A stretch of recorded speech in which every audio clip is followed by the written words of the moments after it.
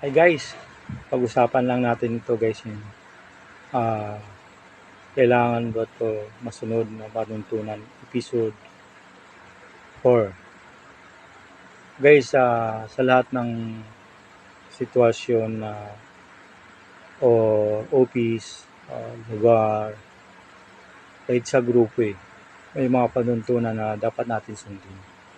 Tulad kung empleyado ka, tulad kung member ka ng family.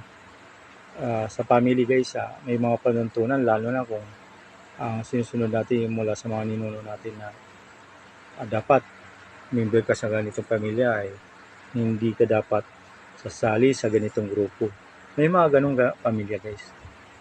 Either kapag sa side ka ng mother mo o sa side ka ng father mo, dapat hindi ka lalagpas doon sa boundary na binibigay sa inyo ng ating mga gulang, lalo na kung dati ayaw kasi dati ng yung marami kang ginagawang di maganda sa kapwa mo.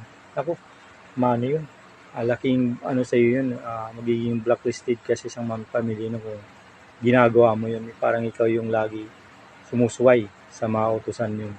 Yan yung mga ating na dapat sundin natin panuntunan kasi maganda din po yun dudulot sa atin.